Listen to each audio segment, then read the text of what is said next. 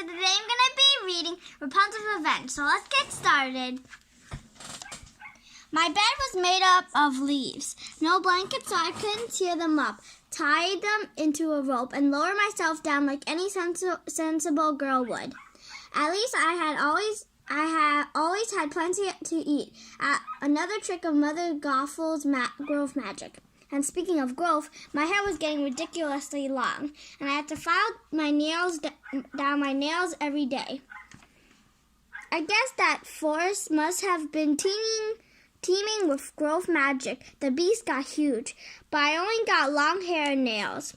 Gothel never bothered to explain to me how the magic worked. She came by once a year. Have you gotten over your fit of rebellion? There's a feather bed and clean clothes waiting for you at home. Thank you, Mother. I'm ready to go home and be a good girl. I hoped she'd believe me and let me out so I can escape to go free my mother. But I guess she could see through my act. She always left quickly. Being alone became unbearable all over again. Sometimes I cried myself silly. Sometimes I got out my anger in other ways. Ow. There were 3 books in the tower. By the second year, I had them pretty well memorized, and then I started to find other ways to pass the time. To keep from going batty, I made use of my dreaded hair. Yeep, smack, whip. As soon as I thought my locks were long enough, I tried to lower myself out of the tower. It turned out they weren't quite long enough. The last time Mother Gothel visited was my 16th birthday. Happy birthday to me.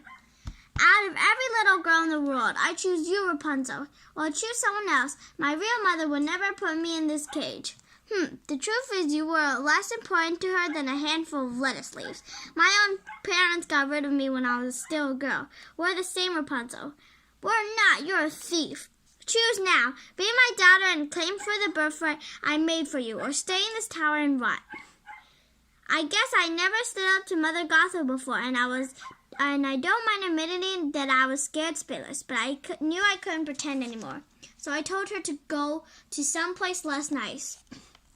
In hindsight, that may have been a fairly stupid thing to do.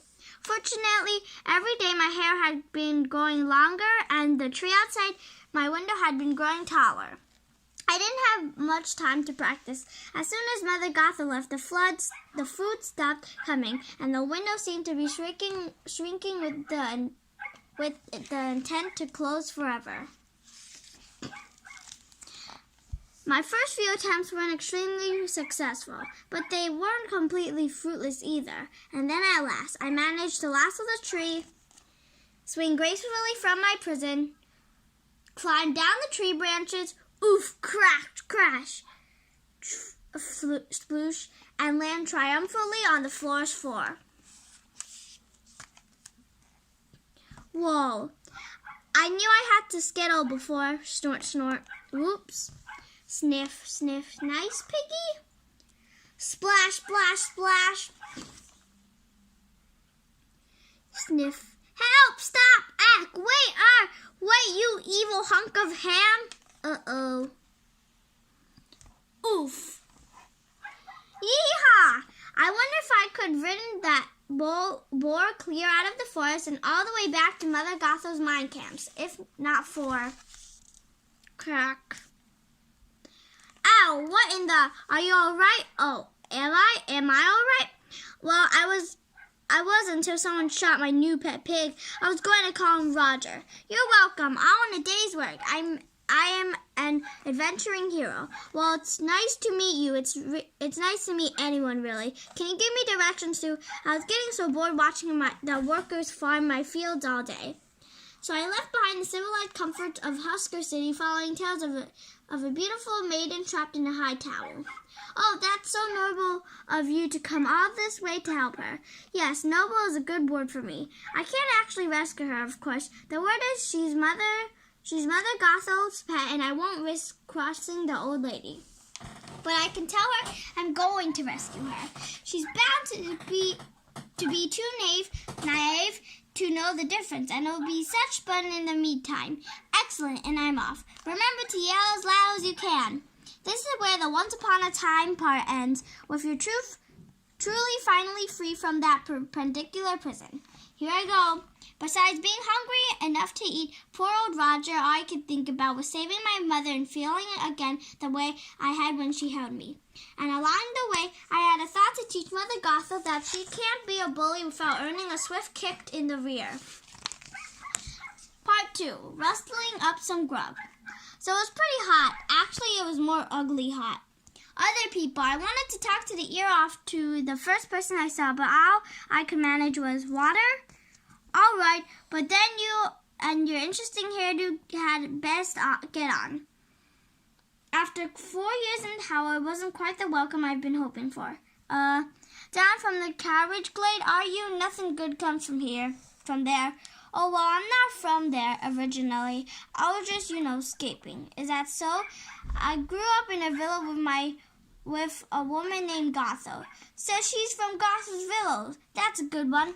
Have you heard of it? Could you give me directions? We don't talk about Mother Gothel if you don't mind. Too risky. Oh, well, I'm mighty hungry. You can stop ogling my stew. Fruit doesn't just grow on trees, Actually, sometimes you want something, girl? You gotta earn it. Clean up, and you can have a bite before you got gone. I was beginning to worry I was really as naive and helpless as that rifle-toting ninny in the forest thought I'd be. Good afternoon, ma'am. I was wondering if you had some honorable barmaid work, and if so, I would be eager to apply for such a position post-state. Tarnation, girl, you ain't got the face for front work. You told her, right? Hey, how much you want for that goose? That bird looks like a good eatin'. As much as I'd like to accept your offer, being in urgent need of gold, this particular goose is not for sale. I don't really recall giving you a choice. Easy, folks, no call for trouble. Pipe down, Ruby. We haven't seen a good tussle in weeks. Name a fair price, little lady. I'll be taking that bird whether you like it or not. So sorry to threat upon your peaceful afternoon, fine folk. If you'll be so kind, I'll just take my exit. Not so fair. Hey, hold that! Hold the fort. That's a boy. I used to daydream about the real world. I imagined happy families, oof, honk, places where people fell in love and wonderful things happen. Now we get a little supper, and instead I find people grabbing whatever they want, no matter what they hurt. No! I didn't think twice before pulling out my braid. Ow! Snap. Only this wasn't like whipping flies off the tower wall. That raggedy little girl whipped me. I'll show her. She's trying to be a hero. Ain't that cute?